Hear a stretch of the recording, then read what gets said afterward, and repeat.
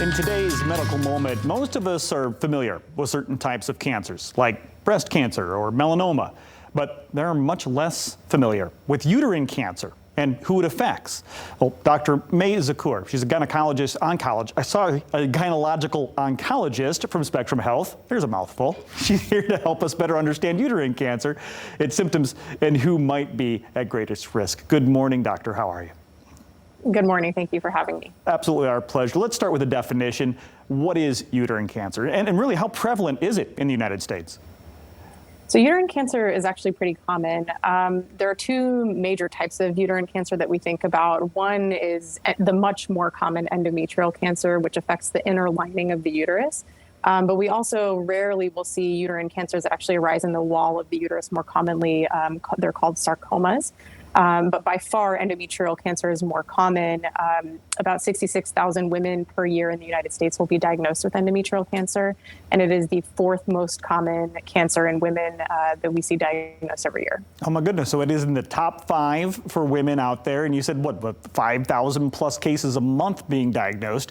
So who is at risk of developing uterine cancer? So when we think about risk factors for endometrial cancer, there's kind of 3 major categories. So age being the number one risk factor. So as women get older, as we hit those postmenopausal years, we see endometrial cancer much more commonly.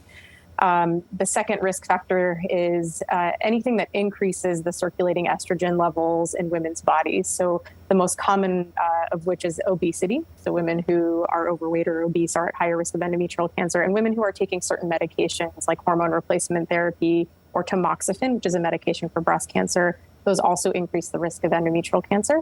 And lastly, the third major risk factor is hereditary predisposition to uterine cancer. So there's women who have something called Lynch syndrome or other hereditary conditions that put them at increased risk. You mentioned that last point there, family members, hereditary, a genetic aspect to this disease. Is there a racial disparity in death rates with this disease? Absolutely. So there's likely several factors that go into that, but we know that Black women are dying at higher rates from endometrial cancer, and that seems to actually be going up over time. We know that Black women are more likely to have some of the higher risk aggressive types of endometrial cancer, and that these may be diagnosed later, and that some of the workup tools that we have, like pelvic ultrasound, are not as good at diagnosing some of these high-risk endometrial cancers. And so we know that the death rates are much different between Black and non-Black women. This is something that needs to be addressed on several levels. Absolutely. And Dr. Zakhour, when we think about the signs of cancer, you might think of a mammogram for breast cancer, or feeling a lump, something that you probably can't do with your uterus. So what are the signs and the symptoms of uterine cancer?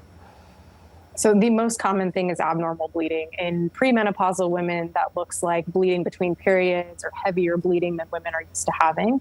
In women who are postmenopausal, any bleeding is considered abnormal. So even a tiny amount of spotting that some women will sometimes write off, that's very important to discuss with their provider. So any bleeding after menopause. And then occasionally we'll have women who will present with pain, pressure on the bladder, discharge, but bleeding is the most common symptom. Well, if someone watching right now is concerned, maybe seeing that list of symptoms, thinks, well, that's me, what's the best step? What's that first step she can take? So that woman needs to talk to her provider. Ideally, they would be seen by a women's health provider like a gynecologist who can help with the workup for that.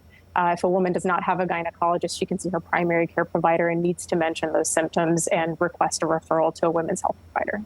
All right, so get to talk to your doctor if that's you. And how do you treat this? What are the treatments for uterine cancer?